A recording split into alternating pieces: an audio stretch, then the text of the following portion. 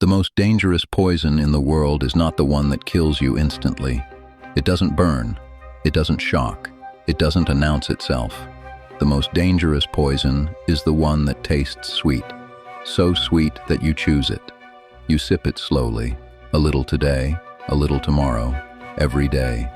And because it feels harmless, you never stop. By the time you realize it was poison, the damage is already done. Not to your body, but to the human inside you. Your instincts fade, your confidence weakens, your voice becomes quieter. And yes, there are people like this. They don't carry weapons, they never raise a hand, they don't hit you, they don't touch you, yet they dismantle you from the inside. They drain your clarity, they bend your boundaries, they rewrite how you see yourself. They don't break your bones, they break your sense of self, slowly, silently, patiently, until one day you realize something terrifying. You are afraid, not of them, but of your own shadow. Reality is different and far more terrifying.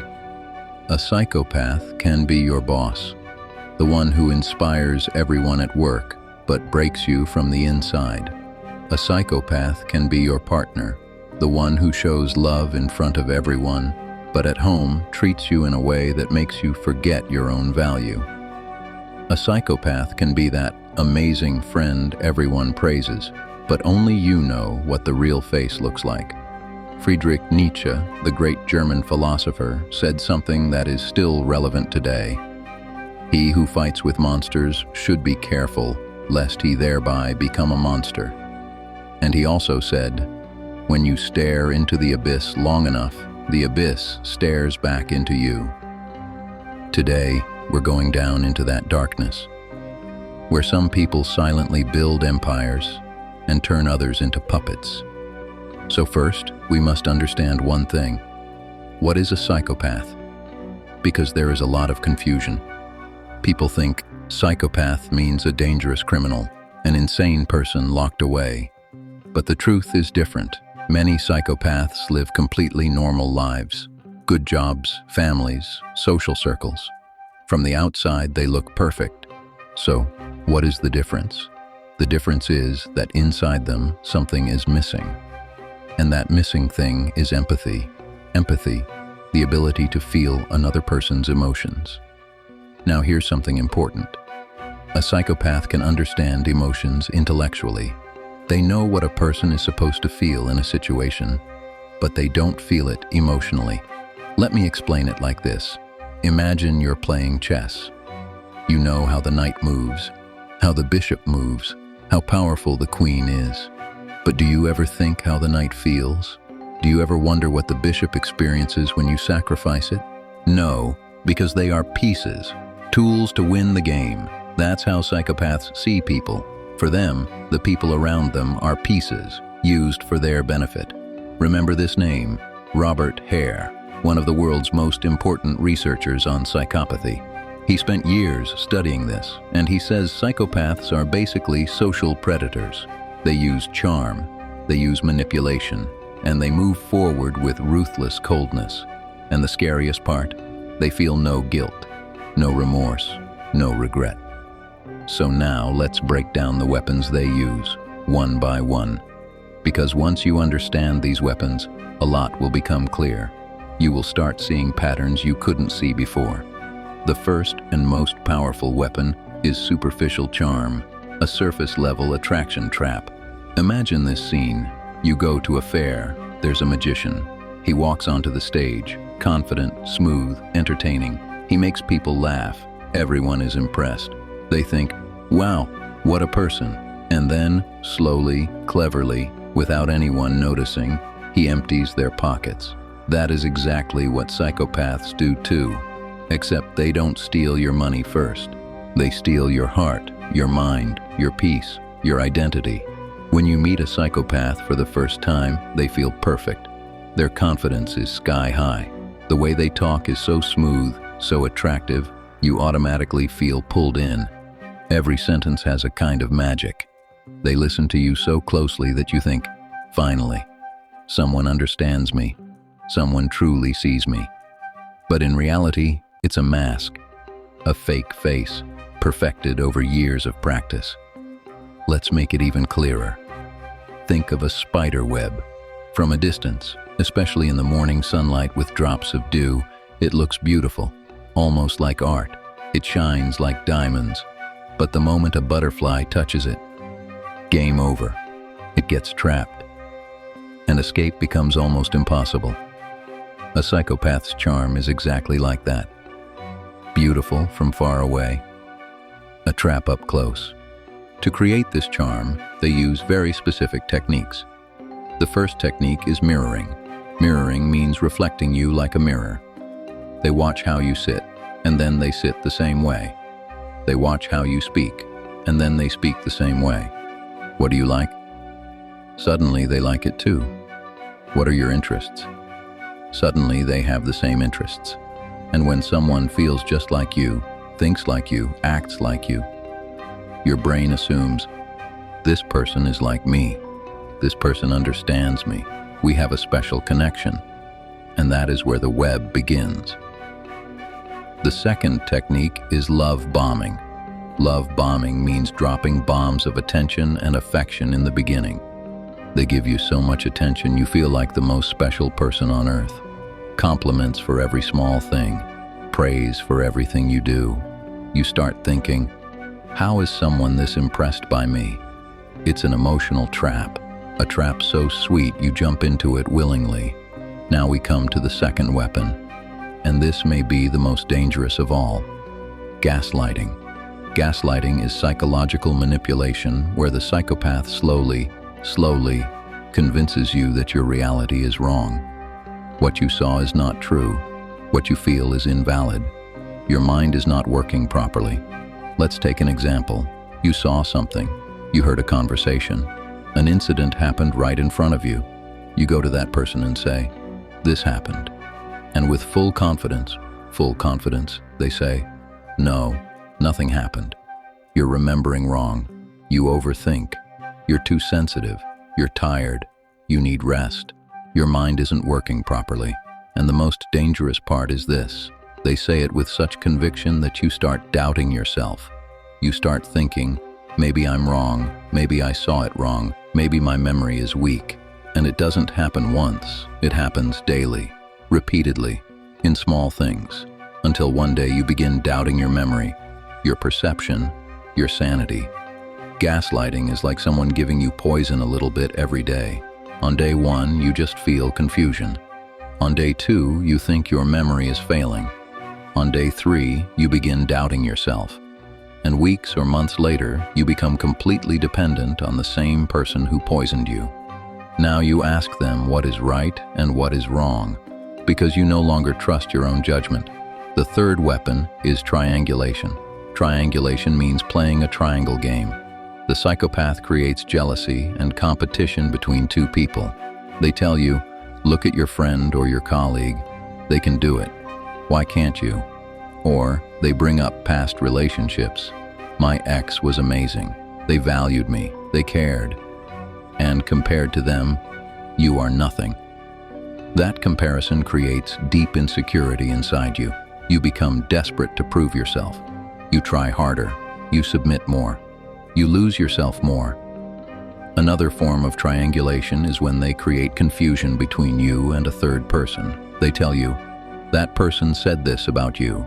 Then they tell the other person, you said this about them. They turn people against each other and sit in the center enjoying it because it gives them power, control. The fourth and psychologically strongest weapon is intermittent reinforcement. Intermittent reinforcement means giving rewards sometimes, unpredictably.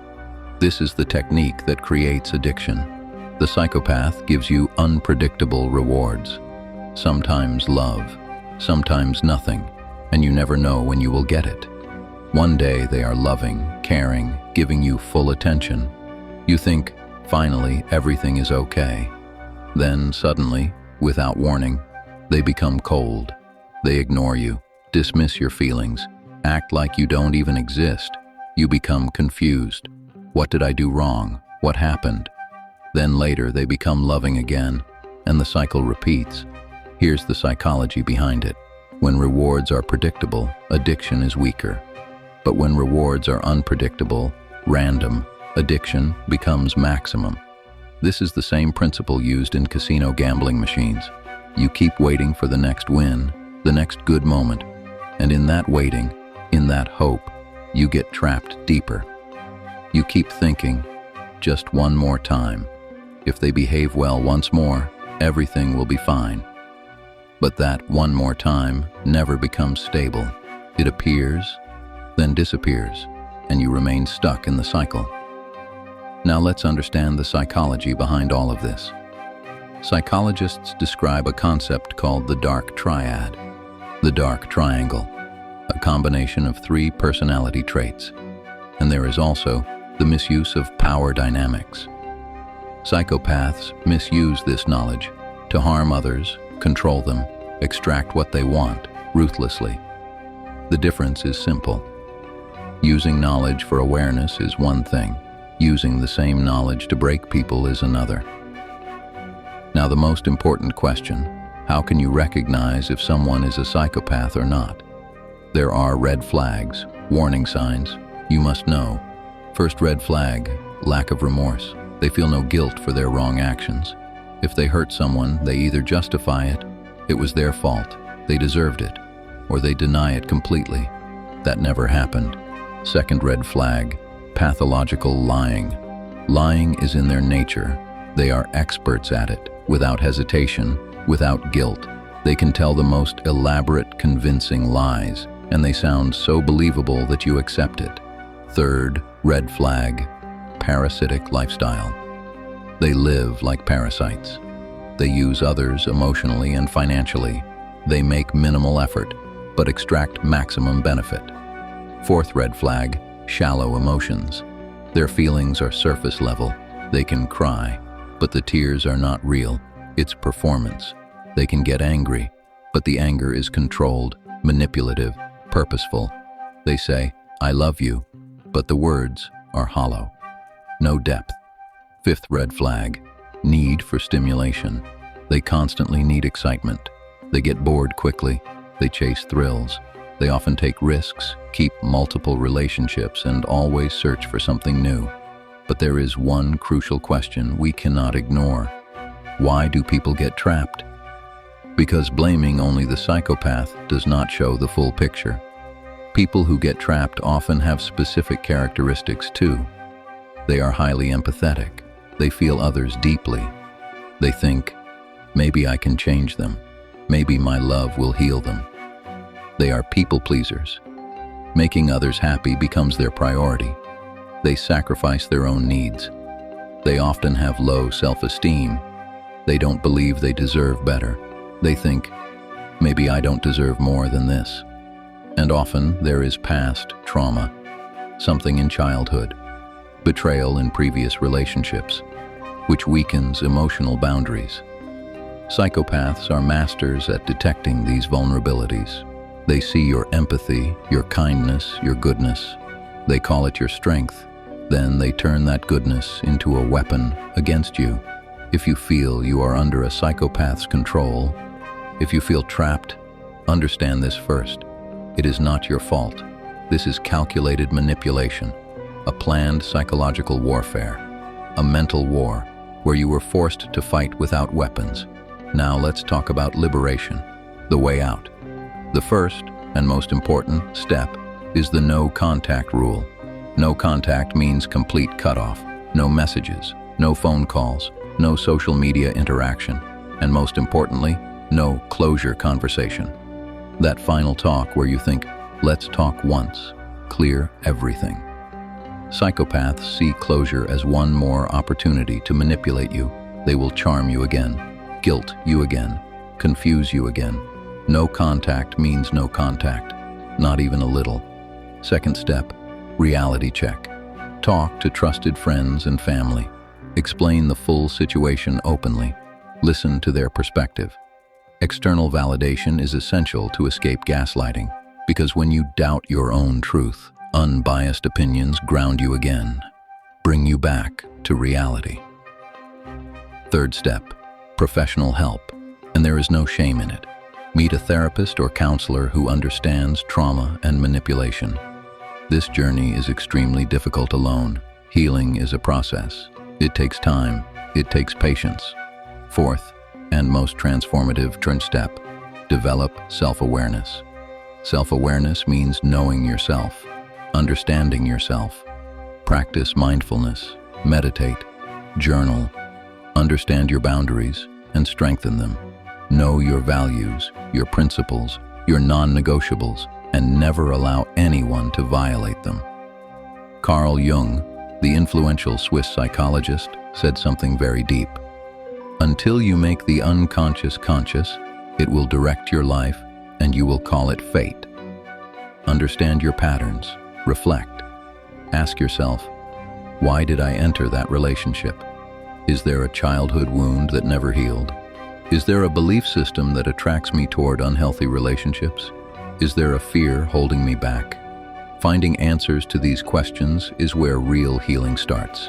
Ask yourself, why do I give so much and receive so little? Why do I ignore my needs?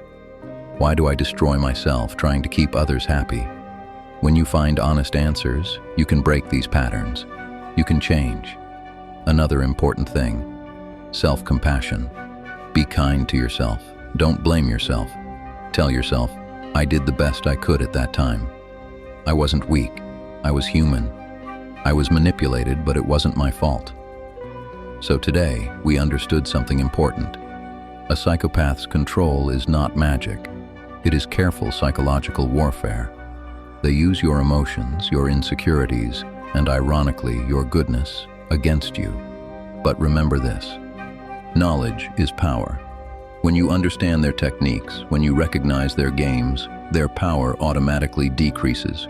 When you truly know your worth, when you respect your boundaries, no one can control you. Marcus Aurelius, the Roman emperor and philosopher, wrote in Meditations, "You have power over your mind, not outside events. Realize this, and you will find strength." Understanding darkness is necessary. Knowing its depth is necessary. But living there permanently is not necessary. Choose light. Protect your boundaries fiercely. Recognize your inner strength and cultivate it. Because in the end, the greatest victory is not how you defeat a psychopath or expose them. The greatest victory is that you find yourself again. You reclaim your authenticity. You restore your peace. You return to your dreams. You bring back your laughter. You bring back the person you were, or become someone even better. And most importantly, forgive yourself. Say to yourself, I trusted, I loved, I hoped, and that was not wrong. The wrong was theirs. They used my trust. They turned my love into a weapon. I am human, and being human is not weakness. So decide from today, you are not just a victim. You are a survivor, a warrior who fought an invisible war, and you will come out stronger, because the greatest strength in life is not that you never fall. The greatest strength is that when you fall, you rise again, and you rise stronger than before. Every wound is a lesson. Every betrayal is education. Every pain is an opportunity to rediscover yourself. If this video was valuable to you, if you feel it could help someone else, please like and share it. Share it with those friends who may need it. And don't forget to subscribe to the channel. In the comments, tell me what you learned today. Have you experienced something like this? Have you seen someone like this? And if you have questions, ask. I read the comments personally and try to respond. In the next video, we will explore another deep philosophy, another dark psychology secret. Until then, stay aware, stay alert, stay strong. Trust yourself, because you are far more powerful than you think. Remember, the darkest nights produce the brightest stars, and you are that star. Stay strong, stay aware, and always remember, you are not alone.